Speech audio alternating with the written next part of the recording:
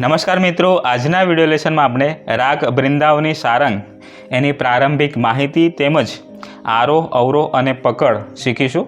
તો વિડીયોમાં અંત સુધી બને રહેજો। સાથે સાથે હાર્મોનિયમ શીખો સિરીઝ એપિસોડ નંબર 1 થી 8 ન જોયા હોય તો આ બધા જ એપિસોડ જોઈ લેજો। અને જો તમને આ બધા એપિસોડ પસંદ આવે તો એપિસોડને લાઇક શેર અને કોમેન્ટ કરી દેજો। અને ચેનલ ઉપર પહેલી વખત આવ્યા હોય તો ચેનલને સબસ્ક્રાઈબ કરી બેલ આઇકન ક્લિક કરી ઓલ પર ક્લિક કરજો, જેથી કરીને આવનારા તમામ વિડીયોની નોટિફિકેશન તમને સમયસર પ્રાપ્ત થઈ જાય।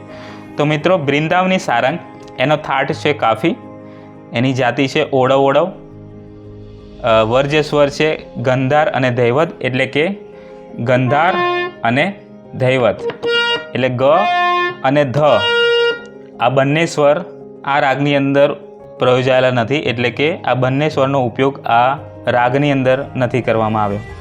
ત્યારબાદ વાદી સ્વરની વાત કરીએ તો વાદી સ્વર છે રિષભ, એટલે કે રે।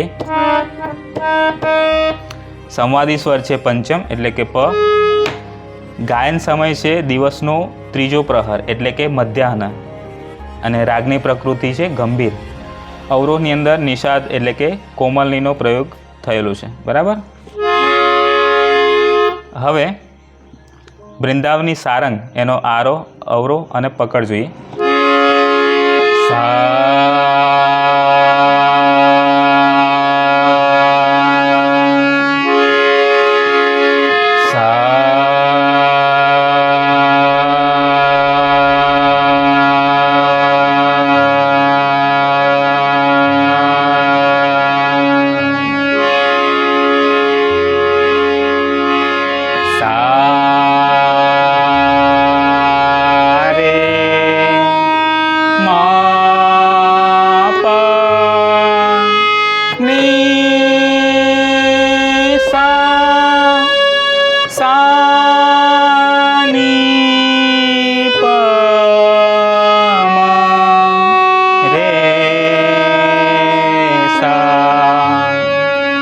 આરોહમાં આવે છે સા રે મા પ શુદ્ધની સા।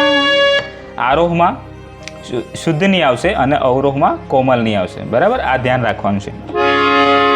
સા રે મા પ ની સા સા ની પ રે સા। તો આ છે વૃંદાવની સારંગનો આરોહ અને અવરોહ। હવે પકડ જોઈએ। રે મા પ ની પ મ રે ની સા। ફરીથી રે મા પ ની પ મ રે ની સા।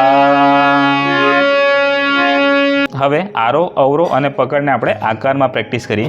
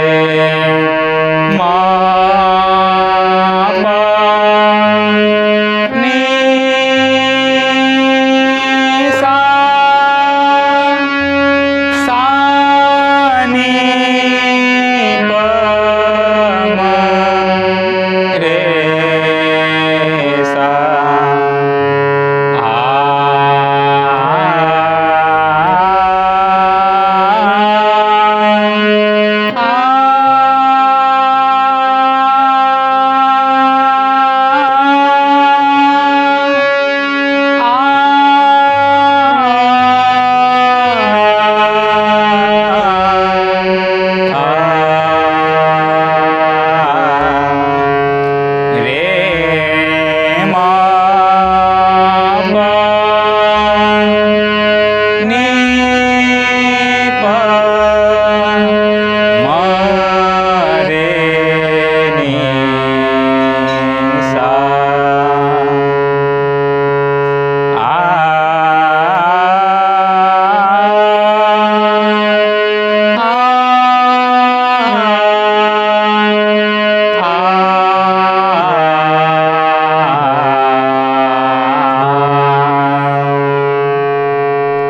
તો મિત્રો આ છે રાગ બૃંદાવની સારંગની પ્રારંભિક માહિતી આરોહ અવરોહ અને પકડ.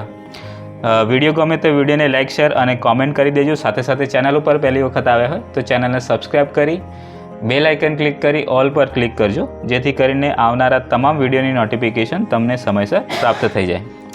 નેક્સ્ટ વિડીયો લેસનમાં આપણે બૃંદાવની સારંગની સ્વર માલિકા જોઈશું, ત્યારબાદ બંદિશની પ્રેક્ટિસ કરીશું. તો આજના વિડીયોમાં બસ આટલું જ. ફરી મળીશું એક નવા વિડીયોમાં નવા ટૉપિક સાથે. ત્યાં સુધી જય હિન્દ, જય ભારત.